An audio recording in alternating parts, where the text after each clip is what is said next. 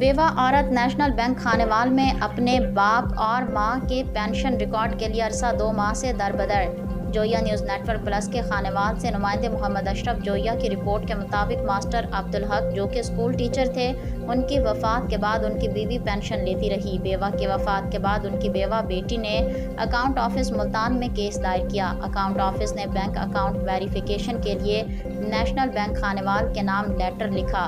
बेवा बेटी की शादी बहावलपुर के तहसील यजमान में हुई थी। इस अकाउंट के वेरिफिकेशन के लिए नेशनल बैंक गला मंडी ब्रांच और मेन ब्रांच खानेवाल के यजमान से खानेवाल के 2 माह से चक्कर लगा रही हूँ, मगर नेशनल बैंक खानेवाल के दोनों ब्रांचों का अमला ले तो लाल काम लेने के अलावा अब बदतमीजी पर भी उतर आया है।